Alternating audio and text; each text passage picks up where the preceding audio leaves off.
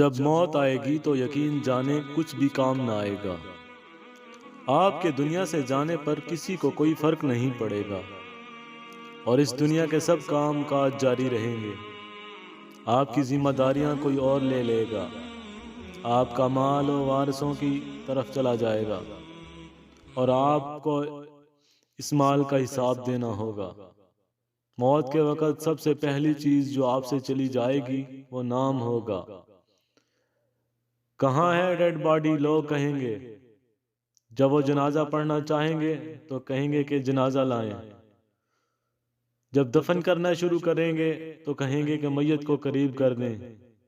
آپ کا نام ہرگز نہ لیا جائے گا۔ مال، حسب و نسب، منصب اور اولاد کے دھوکے میں نہ آئیں۔ یہ دنیا کس قدر زیادہ حقیر ہے اور جس کی طرف ہم جا رہے ہیں وہ کس قدر عظیم ہے۔ آپ پر غم کرنے والوں کی 3 اقسام ہوں گی۔ جو لوگ آپ کو سرسری طور پر جانتے ہیں وہ کہیں گے ہائے مسکین، اللہ اس پر رحم کرے۔ آپ کے دوست چند گھڑیاں یا چند دن غم کریں گے، پھر وہ اپنی باتوں اور ہنسی مذاق کی طرف لوٹ جائیں گے۔ آپ کے گھر کے افراد غم گہرا ہوگا، وہ کچھ ہفتے، کچھ مہینے یا 1 سال تک غم کریں گے اور اس کے بعد وہ آپ کو یادداشتوں کی ٹوکری میں ڈال دیں گے۔ لوگوں کے درمیان آپ کی کہانی کا اختتام ہو جائے گا اور آپ کی حقیقی کہانی شروع ہو جائے گی، اور وہ ہے آخرت۔ آپ سے زائل ہو جائے گا آپ کا حسن، مال، صحت، اولاد۔ آپ اپنے مکانوں اور محلات سے دور ہو جائیں گے۔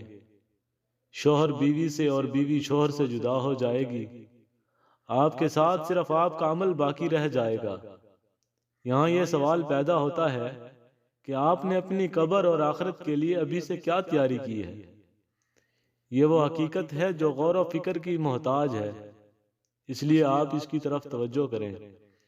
فرائض، نوافل، پوشیدہ صدقہ، نیک اعمال، تہجد کی نماز اور اچھے اخلاق کی طرف، شاید کہ نجات ہو جائے۔ مرنے والے کو اگر دنیا میں واپس لوٹایا جائے تو وہ صدقہ کرنے کو ترجیح دے گا، جیسا کہ اللہ کا فرمان ہے، اے میرے رب، تو نے مجھے قریب مدت تک مہلت کیوں نہ دی کہ میں صدقہ کرتا۔ وہ یہ نہیں کہے گا کہ میں نماز ادا کر لوں یا میں روزہ رکھ لوں یا میں حج اور عمرہ کر لوں۔ علماء کہتے ہیں کہ میت صرف صدقے کا ذکر اس لیے کرتی ہے کیونکہ وہ اپنی موت کے بعد اس کے عظیم اثرات دیکھتی ہے، لہٰذا زیادہ سے زیادہ صدقات و خیرات کریں۔ اور بہترین چیز جس کا آپ ابھی صدقہ کر سکتے ہیں وہ آپ کے وقت میں سے 10 سیکنڈ ہے۔ آپ خیر خواہی اور اصلاح کی نیت کے ساتھ اس تحریر کو دوسروں تک پہنچائیں،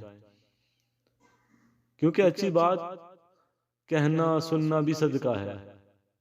اگر اس ویڈیو کے ذریعے لوگوں کو یاد دہانی کروانے کی کوشش کریں گے تو قیامت کے دن اسے اپنے ترازو میں پائیں گے۔